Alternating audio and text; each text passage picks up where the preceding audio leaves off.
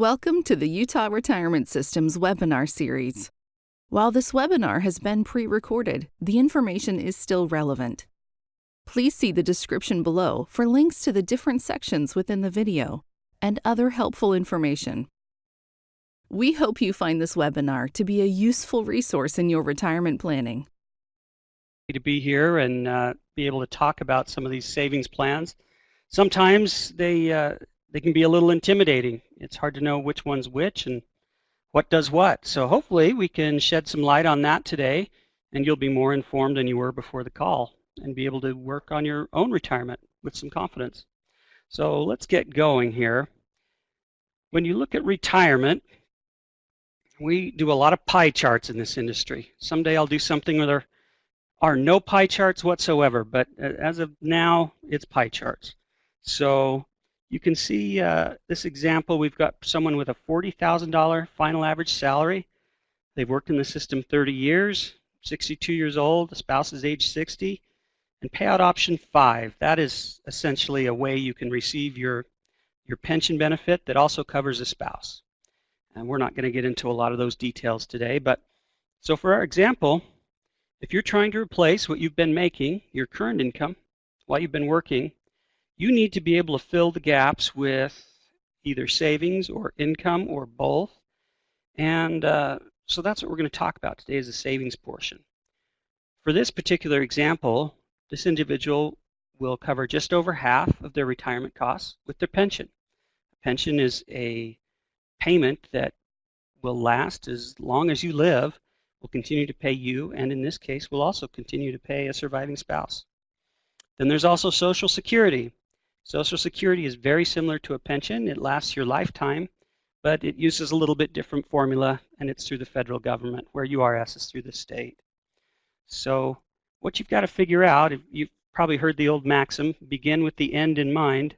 So look at what how much you think you're going to need in retirement, and figure out a way to fill those gaps. We've got great calculators online. You're more than welcome to use those.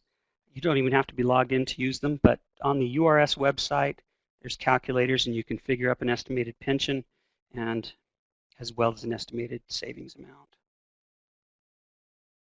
So let's look at the different types of plans. There's a lot of ABC. There's a lot of 401k, 457, 403. You hear a lot of different things thrown around. All those do is reference a certain portion of the tax code. So you can see a little questionnaire down here asking, what do we mean by savings plans? So take a look at that and tell us what you think. It can mean a lot of different things to a lot of different people, but we're looking in this case at retirement plans and what those could mean for you.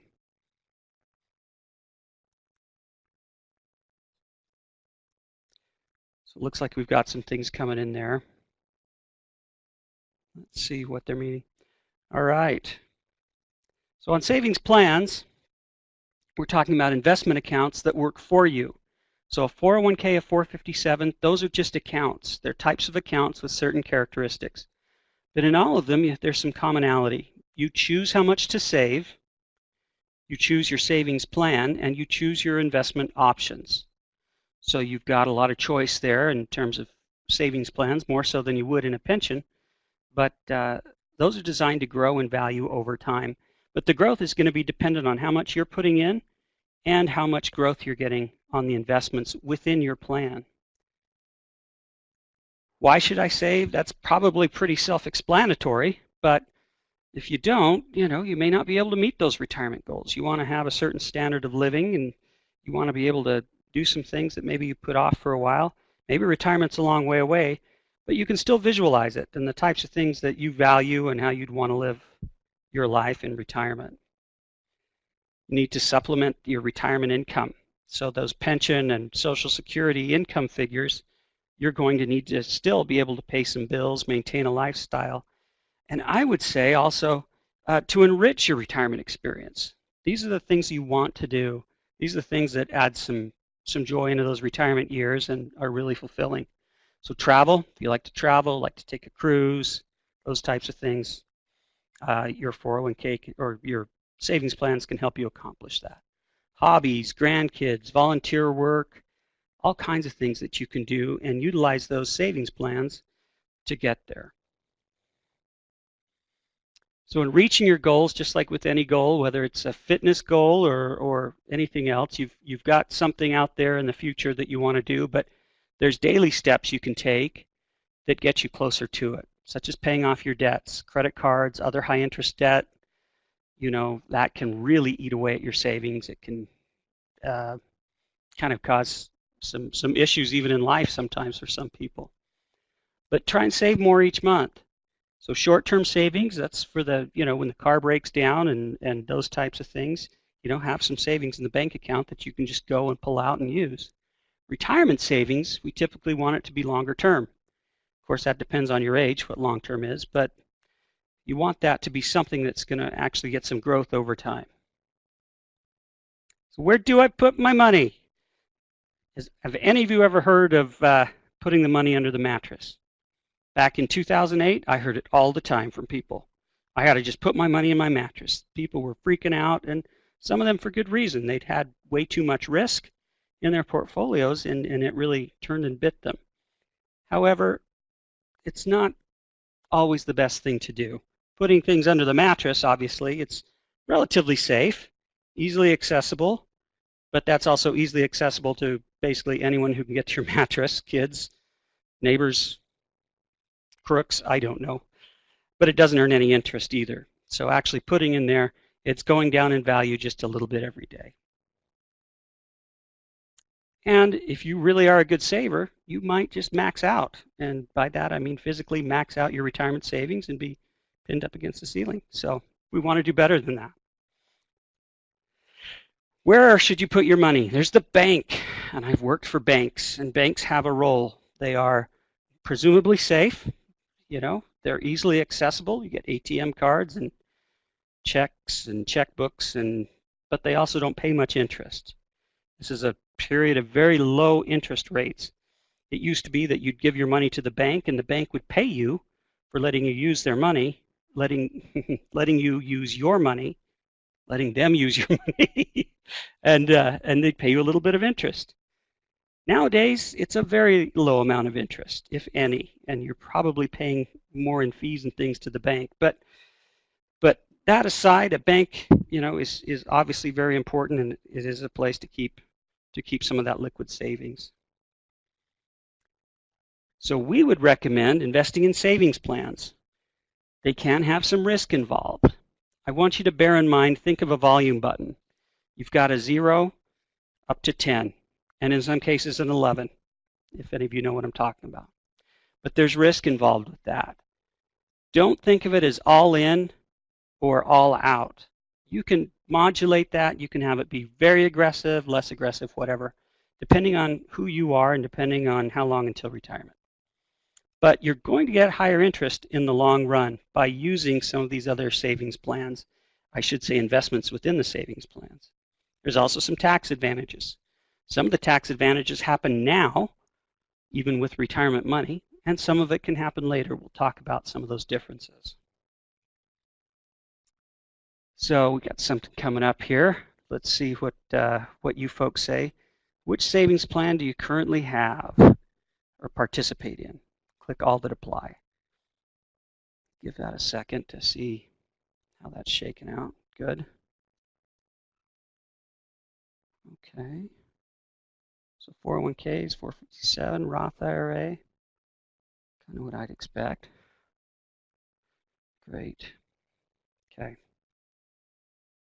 So let's talk about some of these plans. The big differentiator between these types of plans is the tax savings now, or the tax treatment now.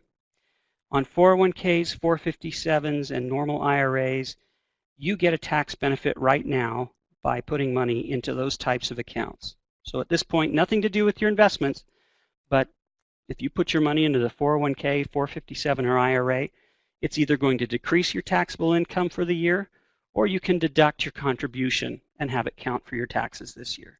So that's an immediate benefit you receive from that. With the Roth, that is the only one that you can put money into after tax, but you will grow tax-free over time. So not just the amount of money you put in, but any growth that occurs in there, that is also tax-free, which can be a huge benefit at retirement. All the tax-deferred accounts, although you get a tax benefit now, you will have to pay taxes on it when you start withdrawing it at retirement. So let's look at some of the ways you can utilize these plans. Here's what we have. Now, not all of you may have all of these plans: 401k, 457, and then a traditional IRA and a Roth IRA. Remember, the 401k, 457, and traditional IRA give you a tax break now. Roth gives you a tax break when you start using the money during retirement. Okay, so let's get some feedback from you guys here on these different types of plans. This is pretty much we just covered this, but see if everybody's awake.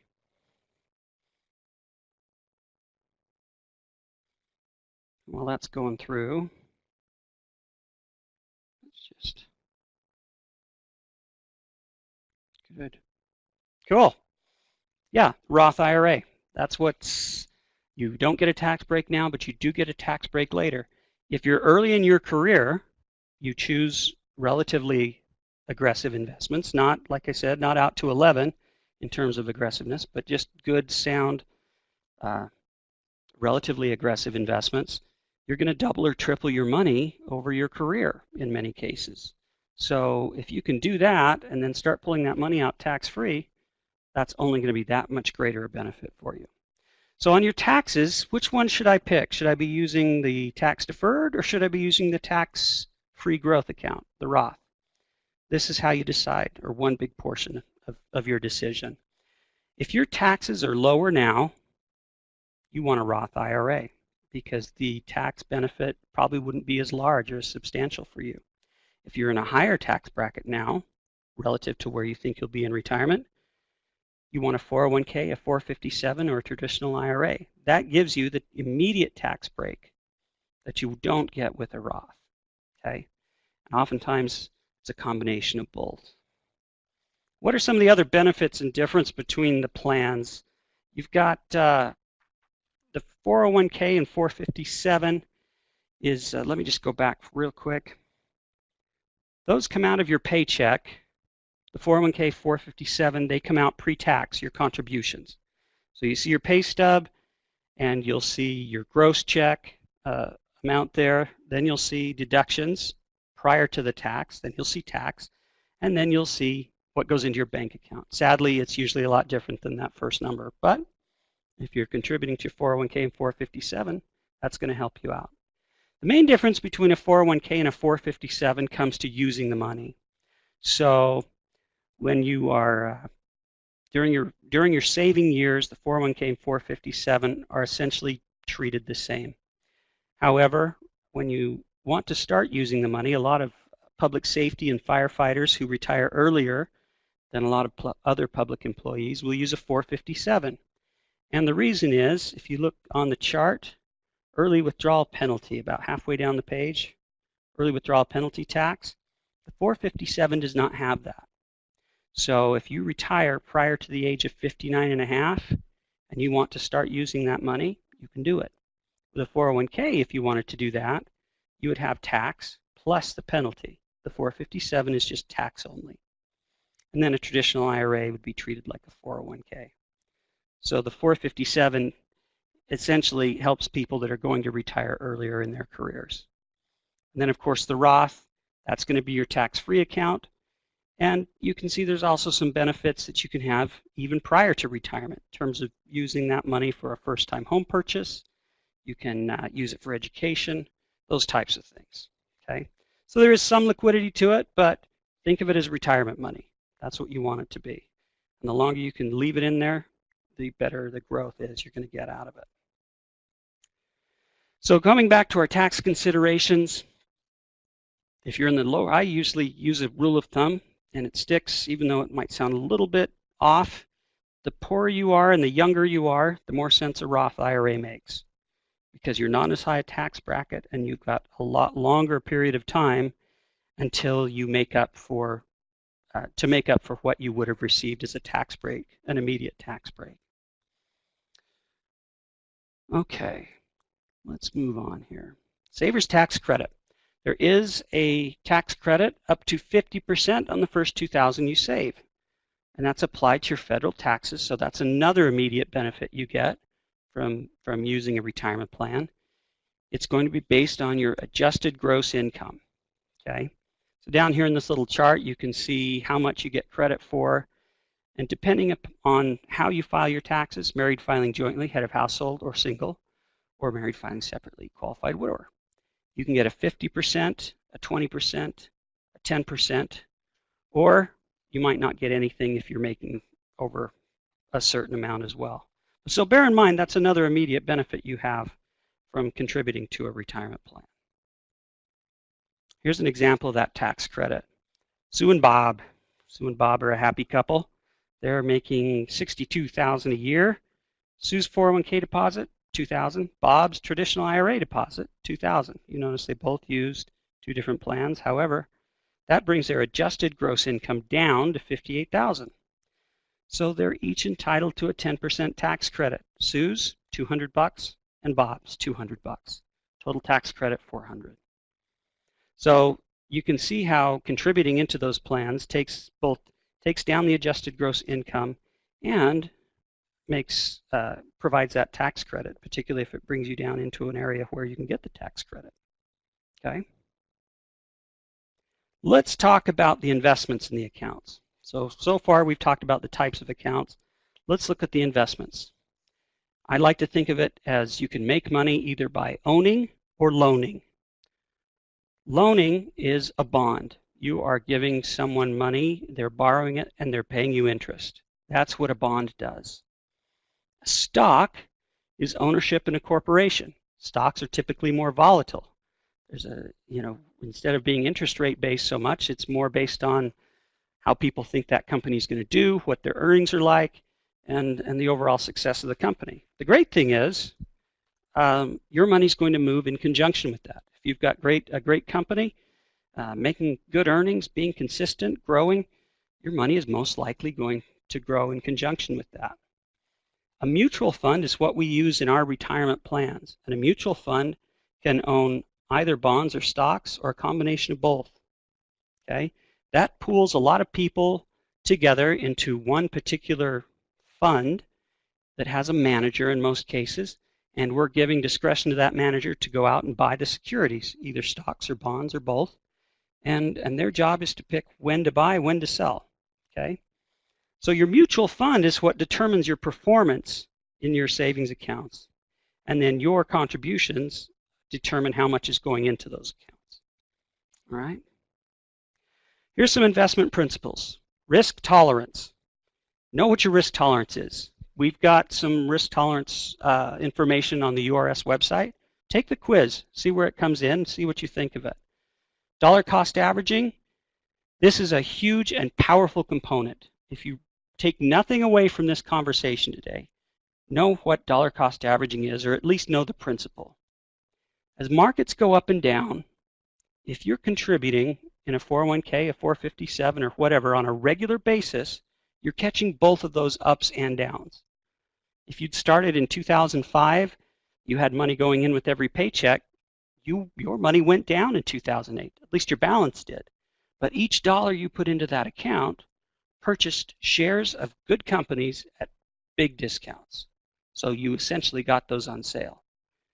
And you've got enough time, if you're young enough, that it's going to come back around. Most people had that come back around by 2011, 2012. They were more aggressive, maybe 2012, 2013, if they were a little more moderate. But have that money going in regularly. That is a huge, huge driver of what your retirement's going to look like. Diversification. Don't put all your eggs in one basket. We hear it all the time. So don't just have one type of investment. Look at the different types you can have and the different weightings. Again, you don't have to become an expert in all this stuff, but just know what this is. That's the whole don't put your eggs in one basket mantra that we've all heard somewhere in our lives. And then rebalancing. That's making sure that your portfolio stays balanced so that you don't have tech stocks all of a sudden taking your whole portfolio. They grow so fast and then you have a dot-com crash and it sucks everything down with it. Keep things balanced, okay? Let's take another quiz here, take another question, see what you guys think of some things. This is a great question. So you are 35 years old and have 30 years until you plan on retiring. Should you invest in stocks, high risk instruments, if the market is in decline? Let's give that a minute and we'll see what kind of answers we're getting there.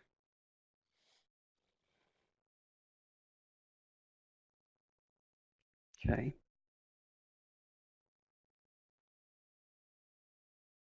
Yeah, great question, and good answers, good feedback.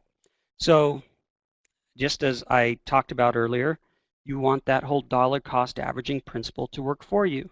So the market's in decline, but you have 30 years until you're going to retire, okay?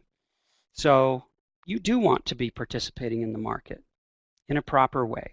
You may not want to be throwing everything in there, but you want to have a good balance and a good diversified portfolio and know that what you're doing as the market's going down is you're buying shares on the cheap, okay? So you're getting things on sale, and that works well. Let's talk about the mix.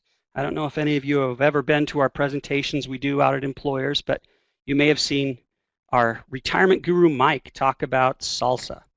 So salsa is great.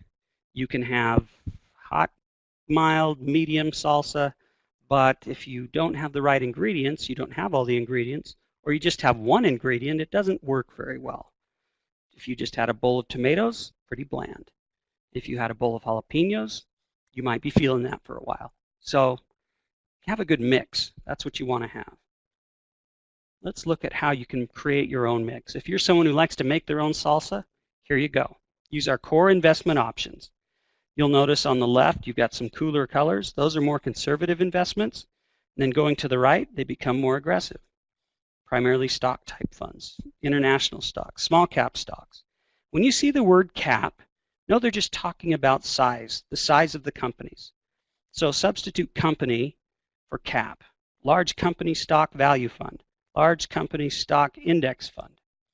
Value funds, typically think of them maybe as older companies paying dividends. Could be a newer company that just has good cash flow, but a dividend is a portion of the profits you can receive. So they actually pay you something while you're owning it, and your performance doesn't all depend on whether the price goes up. Large company stock index fund, you probably heard of the S&P 500. Those are the 500 largest companies doing business in the United States, okay? And large cap stock growth fund. These might be your tech companies, biotech companies, but these things are designed to go up in price is the idea. International probably speaks for itself. And then a small cap stock fund, smaller companies. They're riskier. They may not be as far in their development, but if you can get some good small cap companies, they can really grow quite quickly. Or if you don't like making your own salsa, if you prefer to go pick it up off the shelf like I do, I like to make my own every once in a while, but you can also go in and use our target date funds, kind of like buying salsa from the store. But as you notice here on where it says target date, the target date that we're referring to is in the name of the fund. So you may be assigned one by default if you're newer in the system. And what it's going to do is assign you a target date fund that is close to the year you turn 65, or what we determine that's going to be.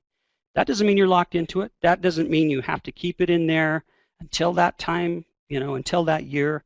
This is just telling you what kind of a mix we recommend you have. And if you decide to use that target date fund, that's how we're going to keep that mix, okay?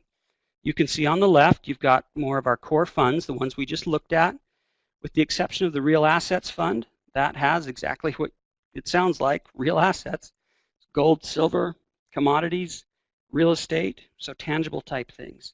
And then your bonds down below. So someone who's younger and just getting into the system might be target date 2060 in that first column, and it's mainly going to be bonds. It's still going to have a little bit of other things, but mainly going to be stocks. You want to be more aggressive when you're younger. As you go out in time to the target date retired fund, You can see that's a lot more conservative, has a lot more bonds. What will happen over someone's career, if they started with the 2060, it's going to grow and become more like the target date retired fund by the time you retire. So you don't have to rebalance. You don't have to guess how to time the market. You don't have to figure out what percentage to keep things in. This is an illustration of what I'm talking about. So early career, the purple or blue, whatever color that is your stock exposure, the aggressive investments. The gold is the commodities, and then the bonds are that light green color. So you're going through your career, and in the earlier half or so of your career, it's mainly stocks. Then it starts to turn a corner, and your stock exposure goes down over time. Your bond exposure goes up to give you a more consistent portfolio, because you don't want to have a huge loss right before you retire. That can really set things back. Okay. So look at those target date funds. Quite frankly, most of the people in the system use the target date funds because they don't have to worry about it at that point. Okay, but things are still being done actively in your portfolio. All right, let's look at another question here, see what we've got. All right, so how often should you make adjustments to your retirement mix? Let's see what you think.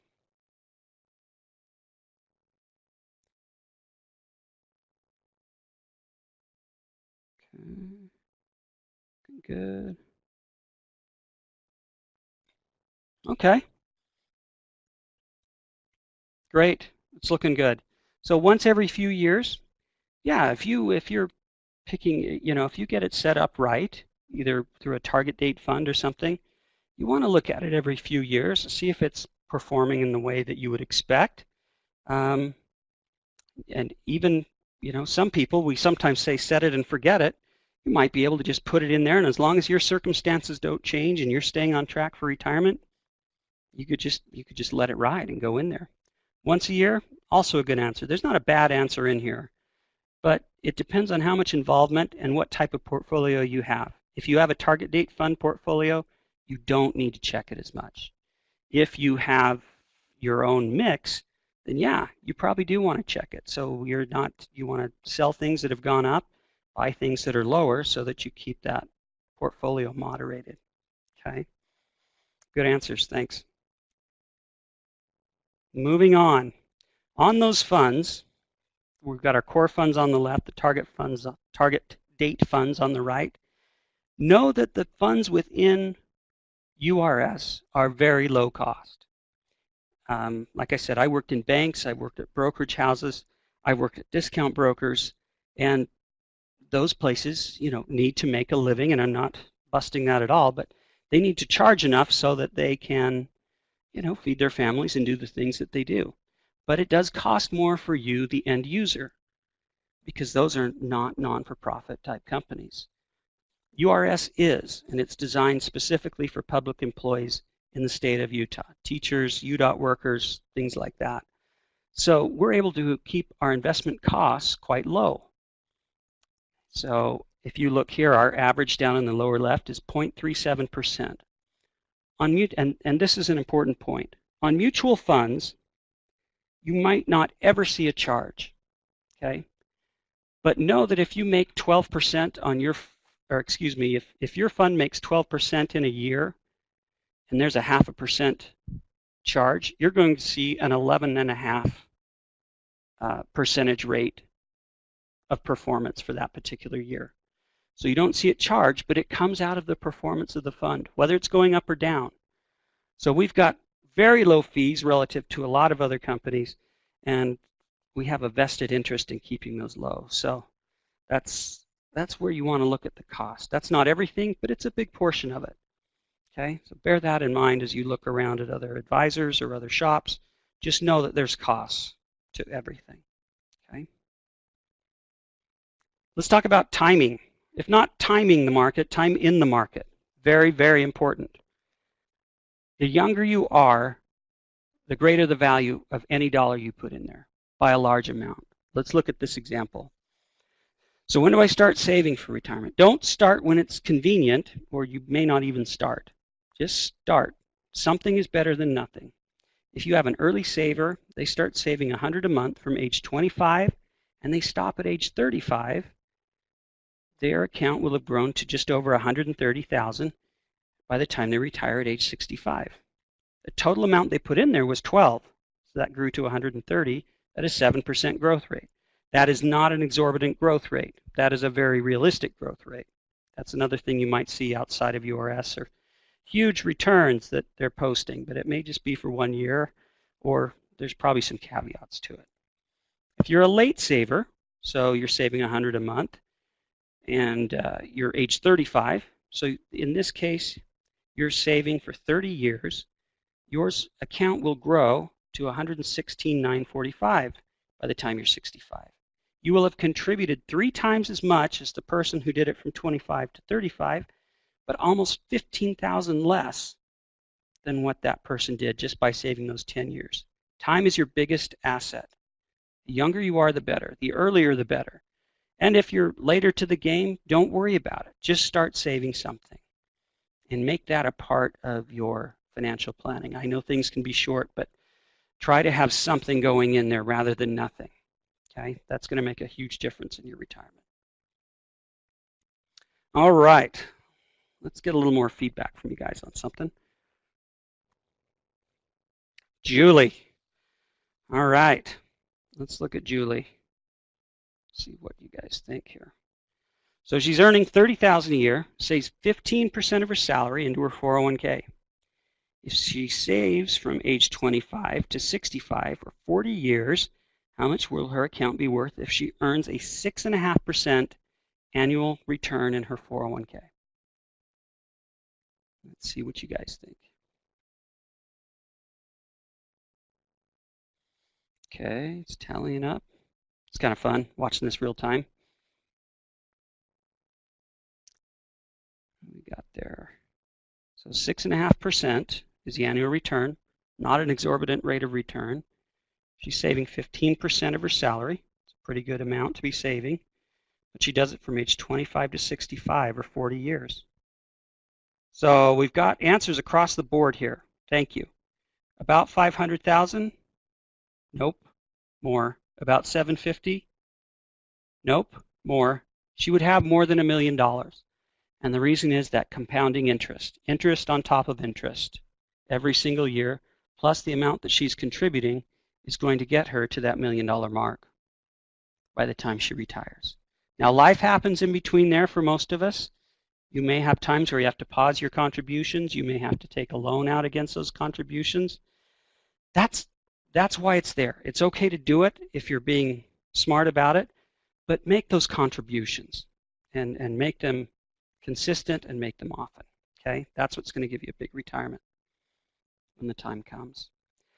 Because costs don't go down. Let's look at what some inflation would do in terms of the goods and services we enjoy now. A loaf of bread.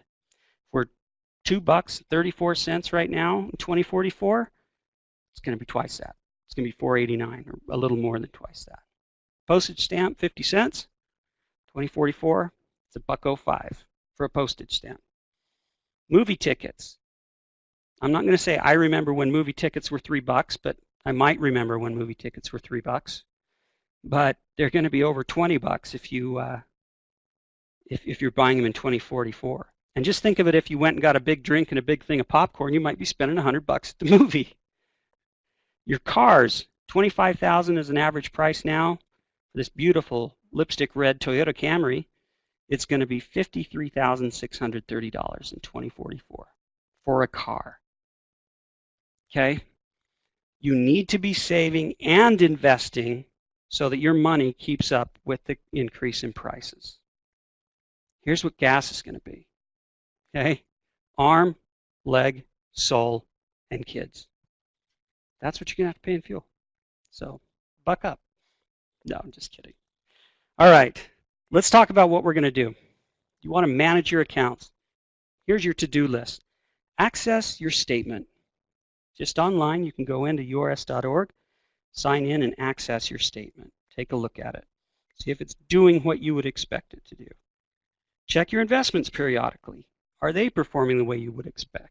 Don't expect it to be up every single month, okay? But you should make sure that it's moving in step with what you're trying to accomplish.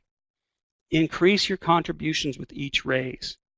That is huge. You can, if you use a percentage amount as your contributions to your 457, your 401k, it's automatically going to increase as your pay goes up. But it's even more powerful if you can add some on top of it.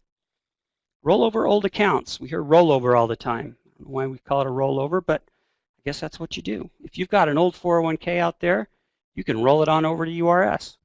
Okay? Not a taxable event, but you can add it to these lower cost funds. Maybe you like it where it is. Maybe you want an IRA. You want to do some different things in it than you've got at URS. But roll them over. Roll them over to URS if you're looking for a great low-cost way to keep things simple and consolidated. Please update your profile and beneficiaries. Okay? We do meetings one-on-one with people. I can't tell you how embarrassing it is to be sitting next to someone and they're on their third marriage, and yet we pull up the beneficiaries while they're sitting together, enjoying talking about retirement together, and the first wife is there as the primary beneficiary. That does not go over well. Okay? Please keep your beneficiaries up to date.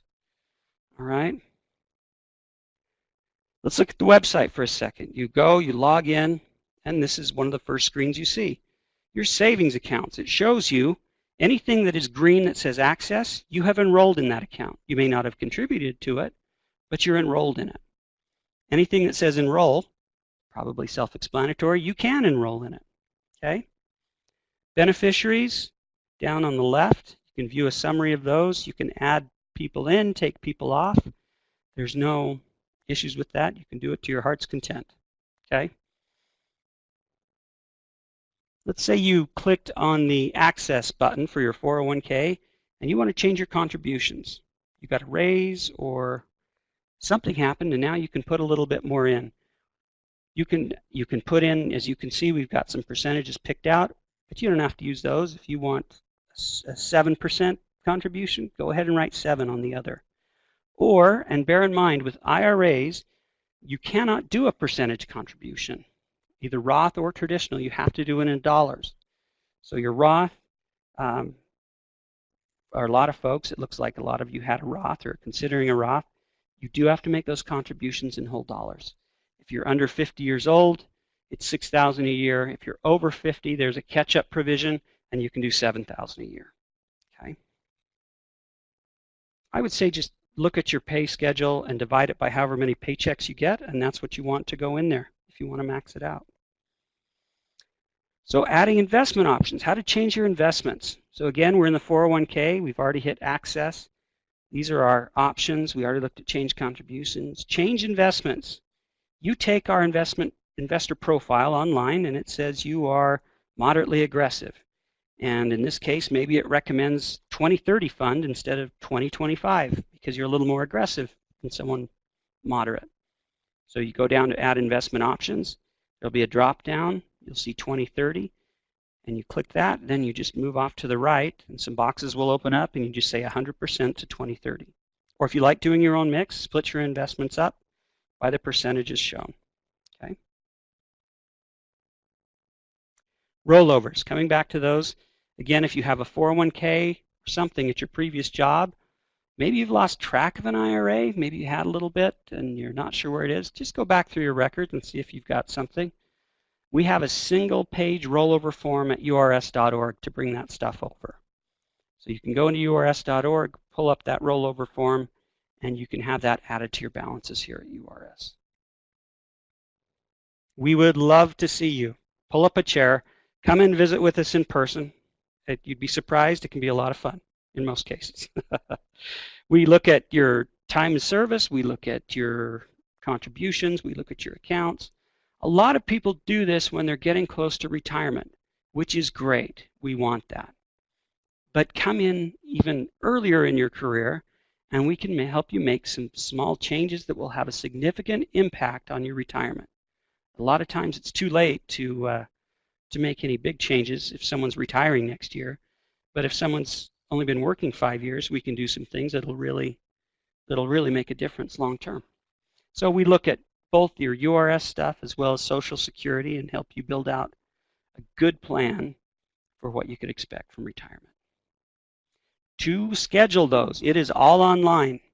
So the reason we do that is so that we have some of the forms and some of the information is going to get sent to us prior to the meeting so that we have it when you come in. We're more prepared and we don't have to take so much time filling in blanks and data and more boring stuff. Okay? We want to make the best use of your time and do it planning rather than filling in boxes. So on the Education tab, you do have to be logged in for this one. So you log in, go up to the upper right on the Education tab, click that. That's going to take you to this next screen.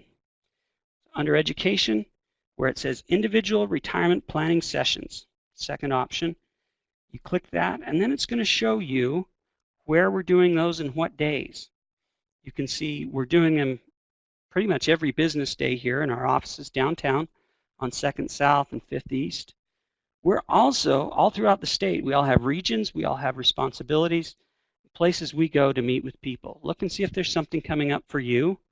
If you want something closer, more local, this is where you'd find it. Okay. Now, circling back, let's go back to where we were before. You look at your current income. Your pension's going to be 53% for this person. Social Security be 29%, and the savings plan is going to be 13% of that retirement income. And other can be whatever you want it to be. Some people like to work part-time. Some people like to, they make things on the side and sell them. But it'll be your choice, whatever you want that to be. But make sure you've got that pie complete, at least a plan for that, so that you can not just be retired,